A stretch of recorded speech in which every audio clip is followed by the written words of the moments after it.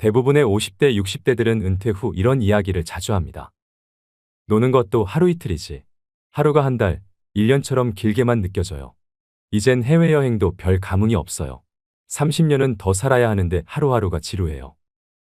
은퇴 후 막연히 긴 자유시간이 역으로 족쇄처럼 느껴지시는 분들이 많다고 합니다.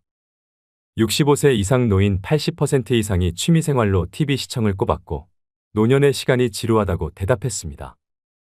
이처럼 은퇴 후 30년 이상의 긴 시간을 허무하게 흘려보내고 있는 것입니다. 현재의 우리 중장년들은 정말 부지런히 살아왔습니다. 때문에 막상 은퇴 후 자유가 찾아와도 놀아도 되나라는 고민을 하고 잘 노는 법을 성취하지 못했기에 실천에도 어려움을 겪습니다.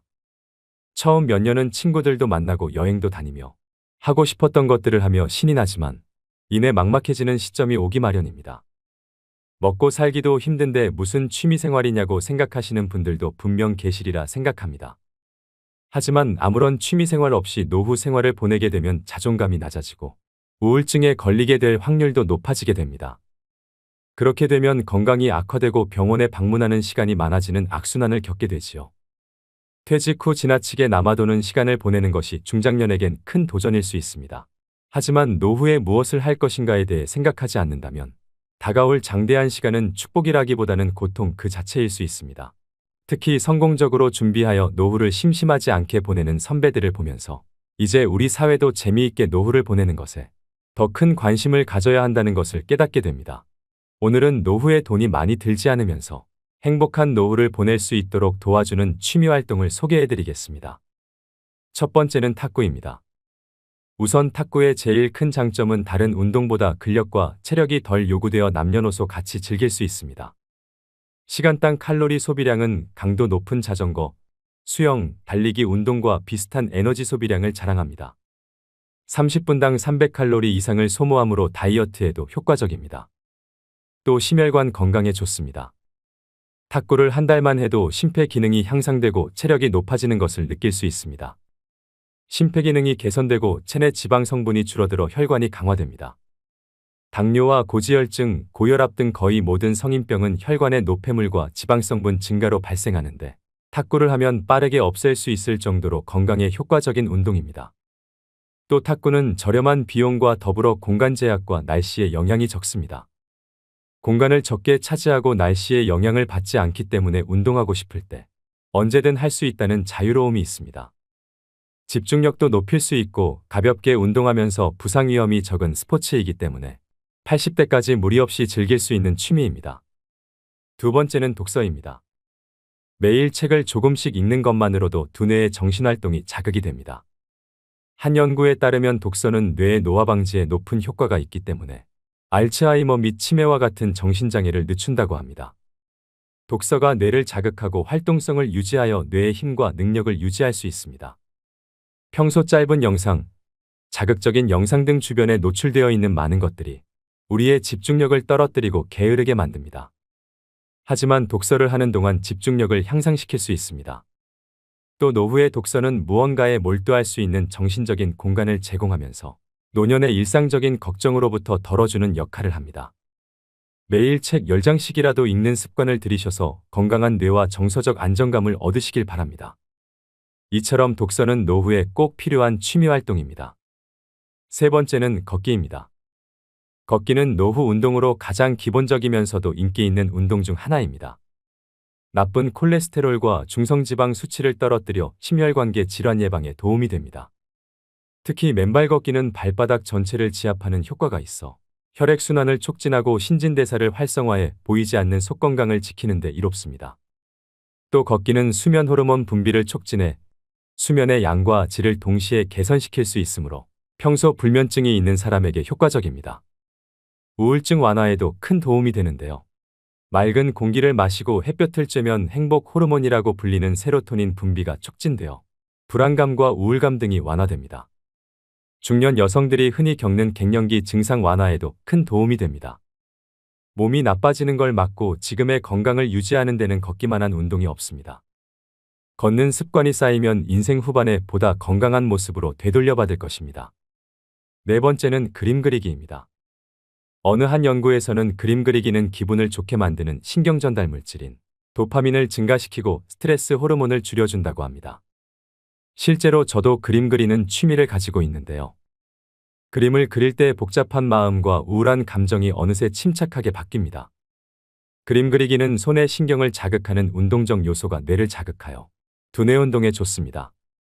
미국 알츠하이머 협회에서는 미술을 할 때 불안감이나 우울증이 완화된다고 하는데요.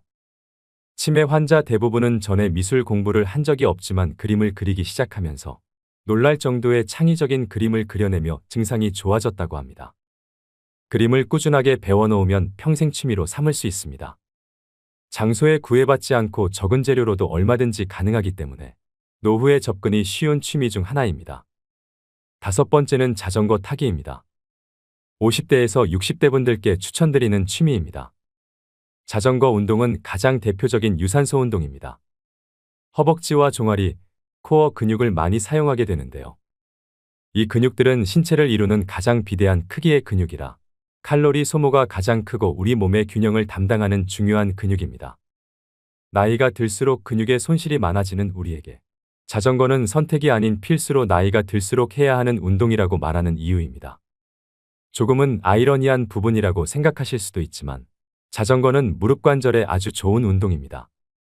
퇴행성 관절염과 연골의 손상으로부터 주변 인대를 강화할 수 있는 매우 효과적인 운동입니다.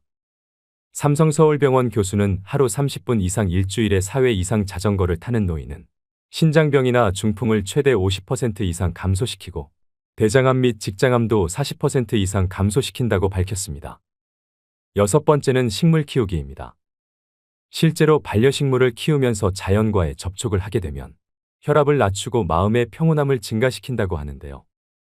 요즘엔 식집사란 새로운 용어도 등장하고 식물 키우기가 하나의 트렌드로 자리 잡고 있습니다. 식물은 반려동물처럼 비교적 큰 비용이 들지 않고 손이 덜 가면서도 충분한 정서적 교감과 위안을 받을 수 있습니다. 과학자들은 식물을 키우는 것만으로도 전반적인 뇌 건강의 기능을 향상시켜준다 합니다. 꽃과 향기로운 식물은 우리의 감각에 좋은 영향을 미치며 인테리어 소품으로도 활용되어 집에서 휴식하는 시간을 더욱 풍요롭게 만들어줍니다. 또 식물은 공기를 정화시켜주어 건강과 깨끗한 환경에도 많은 영향을 줍니다. 식물 키우기는 나이와 상관없이 누구나 손쉽게 접근할 수 있는 취미이기 때문에 정적인 취미를 찾으시는 분들에게 제격입니다. 7번째는 명상입니다. 연구에 따르면 명상은 스트레스에 아주 효과적인 치료법이라고 합니다. 스트레스는 신체에 미치는 영향이 어마어마한 만큼 부정적인 결과를 불러올 수 있습니다. 또 명상은 자존감과 전반적인 기분을 개선하는 데 도움이 되고 다양한 연구 결과에 따르면 명상은 우울증 치료에 좋은 영향을 준다고 합니다. 4,600명을 대상으로 한 연구 결과에서 명상이 우울증을 유발하는 염증성 화학물질의 분비량을 감소시킨다는 사실이 확인되었습니다. 기억력 개선에도 도움이 되는데 우리가 무언가를 더 잘 기억할 수 있게 하고 마음을 젊게 유지하도록 도와줍니다. 심지어 알츠하이머병과 같은 질병 예방에도 긍정적인 효과를 얻을 수 있는데요. 하루에 단 10분씩이라도 정기적인 명상을 하는 것은 더 균형 잡히고 만족스러운 삶을 이루는 데 기여하여 종합적인 신체 건강과 안녕을 높일 수 있습니다. 젊은 사람뿐만 아니라 나이가 든 사람에게도 적극 권장되는 취미 활동입니다. 8번째는 수영입니다. 수영의 가장 큰 장점은 우리 몸의 많은 근육을 효율적으로 사용한다는 것입니다. 물속에서 하는 운동이기 때문에 관절에 무리를 주지 않으면서도 평소에 잘 사용하지 않는 팔, 어깨 등의 근육을 사용합니다. 수영을 1시간 동안 하면 걷기의 3에서 4배인 700칼로리를 소비하게 됩니다. 이처럼 수영보다 다이어트에 더 효과적인 운동은 많지 않다고 하는데요. 이런 이유로 다이어트를 목적으로 수영을 선택하는 사람들이 많다고 합니다. 노인의 경우 기구를 사용하는 고강도 운동은 연골 손상으로 부상의 위험이 있지만 수영은 무중력 운동이라 안전한 운동입니다.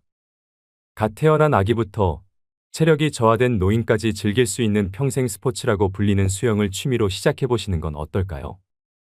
9번째는 사진 찍기입니다. 아무래도 사진을 찍다 보면 다양한 장소에서 여러 가지 환경을 찍어내고 싶어 하실 텐데요. 특히 풍경 사진을 찍게 되면 산과 바다 등 풍경들을 구경하며 사진을 찍는 것이 의미 없이 걷기 운동을 하는 것보다 훨씬 지루하지 않고 보람차고 건강한 몸을 갖게 도와줍니다. 사진 찍기의 또 다른 장점은 인내심을 기를 수 있다는 점입니다. 내가 원하는 사진을 건져내기 위해선 알맞은 장소에서 순간의 포착을 잡아내야 하는데 그런 사진을 만들어 내기 위해서는 여러 시행착오를 겪으며 인내심이 길러지는 것 같습니다. 그렇게 해서 건져낸 사진이라면 말로 이룰 수 없는 성취감이 당연히 따라오게 됩니다. 사진은 소중한 순간들을 기록하는데 최적의 도구이기 때문에 나중을 돌아보며 추억을 간직하고 소중한 사람들에게 공유함으로써 행복한 시간을 되돌아볼 수 있습니다. 마지막으로 10번째는 악기 배우기입니다.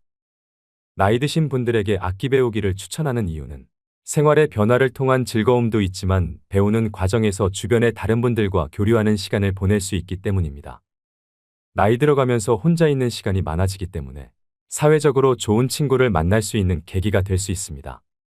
신체적인 능력을 떨어지는 노인들은 배우기 쉬운 오카리나, 우쿨렐라 등 접근하기 쉬운 악기들이 많습니다. 은퇴하고 목표를 세우기 힘든 노년기에 악기를 마스터하는 새로운 목표는 인생의 도전이 될 수 있기 때문에 긍정적인 기능을 하게 됩니다. 악기 배우기에 도전하여 성취감과 자신감 있는 노년기를 보내시는 게 어떨까요? 오늘의 영상 어떠셨나요? 무엇이든 서툴러도 좋습니다. 완벽하지 않아도 되고 화려하지 않아도 됩니다. 박자가 틀린 기타 연주를 하면 어떤가요? 잘못 그리고 엉터리 그림이면 어떤가요? 막연히 무슨 취미 생활을 해야 할지 모르겠다면 주변 노인복지시설이나 구청, 주민자치센터 등 시설 프로그램을 이용해보는 것도 방법입니다. 이는 비용적인 부분이나 주거지 근처라는 점에서 부담감을 크게 줄일 수 있습니다. 스스로 자기에게 맞는 것을 찾아 나서야 합니다. 가벼운 운동도 좋고 봉사활동도 좋습니다. 무엇이든 본인이 편안하고 마음에 맞는 것이 최고의 취미입니다. 나이가 들면 대중교통도 무료이고 박물관 입장료도 무료입니다. 볼펜 한 자루, 노트 한 권이면 충분하다는 소박한 생각으로 넉넉한 마음을 가져보세요.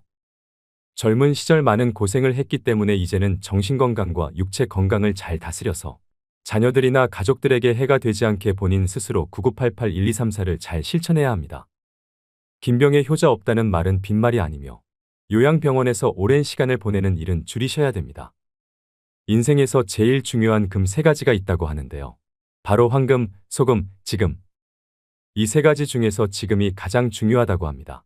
늦었다고 생각하지 마시고 지금부터 실천하셔서 행복한 노후를 만들어 가시길 바랍니다.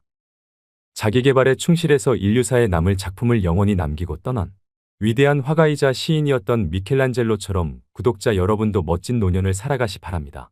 오늘도 노후의 지혜와 함께해 주셔서 감사드립니다. 황금빛으로 무르익어가는 여러분의 지혜로운 인생을 언제나 응원합니다.